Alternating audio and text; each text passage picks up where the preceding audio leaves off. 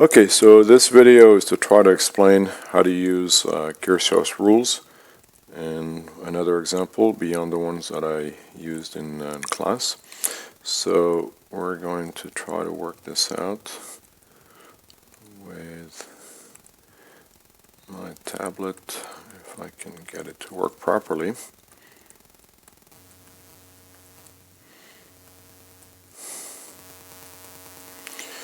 Okay, so I've got a setup here with a circuit with 1, 2, 3 EMFs. So I'm going to choose some numbers for these things. I'm going to label E1 to be 12 volts.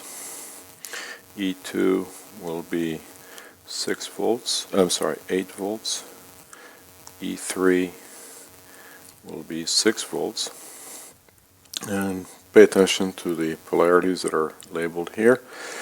We also need the numbers for the resistances, so we've got R1 that will be 100 ohms, R2 will be 200 ohms, R3 300 ohms, and R4 will be 400 ohms. So the question is to figure out the currents that are running through each of the resistors. So the first decision I need to make is to choose a direction for the current through each of the resistors and supply a label. So I'm going to pretend or guess that the current through resistor 1 is going to go in this direction, and I'll label this one I1. The current through R2, I will guess that it's going to run this way. This may be right, this may be wrong. I will know when I'm done with the calculation. And then over here, I've got R3. I'm going to imagine that the current is running in this direction for R3. I've got a fourth resistor here, and so it would be tempting to look at it and say, okay, there might be another current here that's going to go maybe in this direction. But if you pay close attention, you'll notice that in this loop here, R4 and R1 are actually connected in series. So this is actually a series connection, and because of that, the current through I4 would actually be the same as I1. So there's no need to create another current that would duplicate the number of currents and make things way more complicated than they need to be. Okay, so as I said, the directions of the current may be right, may be wrong. We'll find out when we're done with the calculation. Now, we also need to label some points, so let me change color here. I'm going to use green for this. So these are just points that are helpful in referencing what I'm doing here. So I'm going to refer to this as point A, this will be point B. Here between the resistor and the E2, I'm going to call this point C. Right here, I'm going to refer to this as D.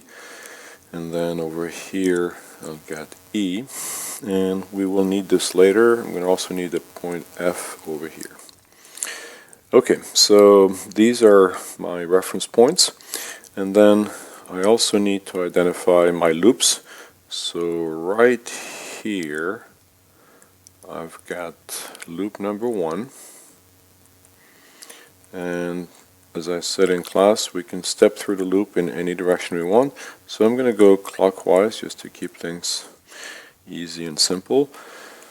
Then for the second loop, I'm just going to use black for this one. I've got another loop here. That would be loop number 2. And again, in this loop, I'm going to step, I'm sorry, number 2 here. I'm going to step in the clockwise direction. Alright, so let's work on loop number 1. So in loop number 1, I'm going to start at point A, and from there I'm going to go to point B, then C, then D, then E, and the all-important return back to A. Okay. And as I go through the loop, I'm going to write down the potential differences, and by Kirchhoff's rule, this should add up to 0. So using the loop rule, I'm going to state that VB minus VA plus VC minus VB. I'm doing final minus initial every single time, and so you can also do it in reverse, but just be consistent. That is, you can also do initial minus final. It really doesn't matter, but don't mix the two because that makes things confusing and probably will lead to some errors. So VA minus VE, so all of that has to equal 0. Now I need to write down what these things mean, so I'll be referring to the diagram. So if you take a look at the diagram, you should be able to see that VA or VB minus VA is negative of R1 I1, VC minus VB is negative R2 I2, VD minus VC. So for this you need to pay close attention to the polarity of the power supply or the battery, and in this case I've got plus E2, and then I'm going to try to write this on the same screen so I don't have to scroll down. The next one over is going to be VE minus VD, and that will be equal to negative R4 I1. Remember that we agreed that I4 and I1 are the same thing, so there's no need for another label. And then the last one, VA minus VE, should equal plus E1. Okay, so if I put these things together into my loop rule equation, I end up with negative R1 I1 plus or minus R2 I2 plus E2 plus or minus R4 I1 and then plus E1. All of that should equal 0. Might as well put the numbers in this equation. So if I go ahead and put the numbers, I will get negative 100 I1 minus 200 I2 plus E2, which was 8, minus 400 I1 plus 12 for E1, so all of that should equal 0. It may take a minute to rearrange things here, so notice I've got E1, I1 and I1 here, so 400 and 100, that makes it negative 500 I1 minus 200 I2 plus 20 equals 0. Okay, I want to rearrange this just a tiny bit, and this will read, now my final version for this equation will be 500 I1 plus 200 I2 equals 20. Okay, so I can't solve this equation yet because I've got two unknowns in the same equation, but I still have some more equations to write, so just a little bit of patience. So going back to loop number 2 now, if I look at it again, so this will be VB, so we're going to go from B to F to D to C and back to B. So I'm going to lose the picture here, but we should be able to see what's going on when we write it down. So let's see, I'm going to change color for this, so let's change this to black. So as I said, loop number 2, and we're going to go from B to F to D to C to B. Okay, just want to point out real quick that at the corner here, you'll notice there is no need to, in this corner here, there is no need to put another label because this is all the same potential, and so this is the same as D as far as the potential is concerned, and that's why I don't need another point down here.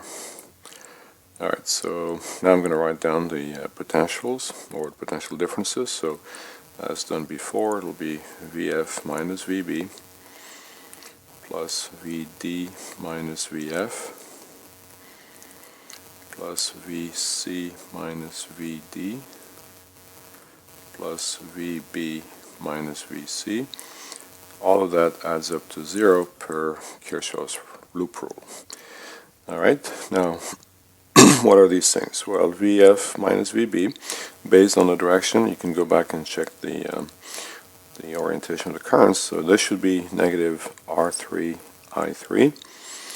VD minus VF, that should be negative E3 because of the polarities of E3. Then we are crossing the battery number 2, and again, because of the way we're crossing this, I'm going to get negative E2 because the final potential is a negative and the initial one was a positive, so the difference between the two is going to be a negative number. And then last for VB minus VC, because I'm going against the current, this time I'm going to end up with plus R2 I2, and that's going to be equal to 0 as well.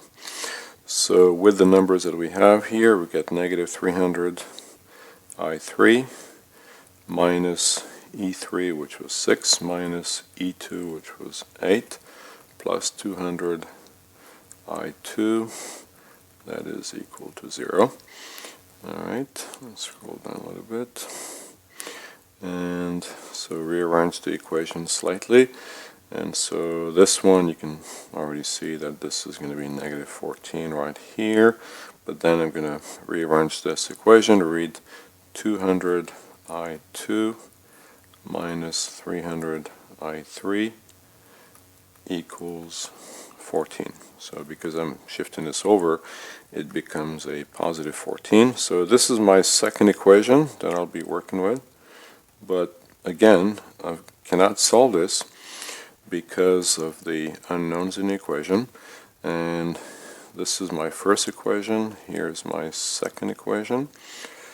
I've got one unknown, two unknowns, and three unknowns. The I2 is present in both, but three unknowns with two equations, so I can't really solve this yet, so I'm going to need one more equation, and this is where the node rule comes in. So looks like I'm going to need another page. Okay, so now we're going to talk about the node rule. So let me redraw the circuit right here, just the part that I need. I'm going to look at the top part where I've got R1 going in here, point B was here, and then R2 was over here. So this was R1, this was R2, and this was R3. And then I said that or I chose the currents to be such that I1 would be going in this way, I2 would be going down this way, and I3 would be going out to the right this way. Okay. Now the convention for the node rule is that any current that comes in is going to count it as positive, so I1 is positive for this particular rule. I2 and I3 will be negative because they are leaving the node. We could come up with the opposite convention. It wouldn't make any difference as long as we switch both. It would end up with the same result. The idea is the sum of the currents is equal to 0 anyway, and that is the node rule. Okay, so when we apply to this node, we end up with I1, positive I1, minus I2 because it's leaving, minus I3, and that should be equal to 0. So this is my third equation, and it has the same three unknowns that I had earlier, so that's okay. I can solve the system. So let me write this one more time. So the system of equations that I'm dealing with here is 500 I1 plus 200 I2 equals 20. I'm leaving a bit of space just to line things up. And then for the second equation, there was no I1, but there was, again, 200 I2 minus 300 I3. This was equal to 14, and the equation I just obtained, which says I1 minus I2 minus I3 equals 0. So this is the system of equation that we need to solve. This can be done by hand if you want to. So this is a system of equation. I suggested in class that you should use technology for this. If you have calculators that can handle this, then by all means you should figure out how to do it. This will save you a bit of time and will help you focus more on getting the right numbers, knowing that the calculation itself can be done very quickly. So I'm going to go directly to the results here, and if I did it correctly, I have obtained for I1, so I1, when I've done the calculation this way, directly in amps, I've got 0.0232 amps, which is also 23.2 milliamps.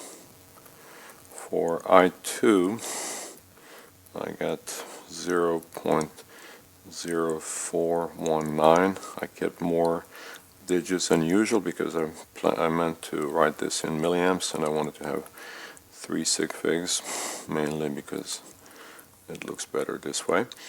And then for I3, I've got, and this is where I wanted to get the discussion going here, I got a negative number, so a negative 0.0187 amps, or negative 18.7 milliamps. So what does that negative sign mean? Well, if you recall what I said earlier, I don't really know which way the currents are going, and I'm simply guessing, and I've guessed initially that the currents would be going in this way for I1, this was a node B, and then I assumed that I3 would be going this way, and that I2 would be going down this way. So what I've just got is that I1 is positive, so that means I got the right direction. I2 is also positive, so I've got the right direction. I3 is negative. What that means is that the real direction of the current is not this, but it's actually going this way. So in fact, the true situation is like this. At node B, we are going to get a current coming in this way, which will be I1, which will be 23.2 milliamps. At the same time, there is another current coming in this way for I3, which would be 18.7 milliamps, and the two together lead to a current coming out this way, which happens to be I2, which is 41.9 milliamps, and as you can check, 23.2 plus 18.7 would equal 41.9 milliamps, so everything checks out. Anyway, so this is another example for you to practice with, and so you should also check the sample test where there's a few of those things, as well as the textbook and any other resource. There's plenty of examples of this online, so you shouldn't have any problem finding something to work with. Okay.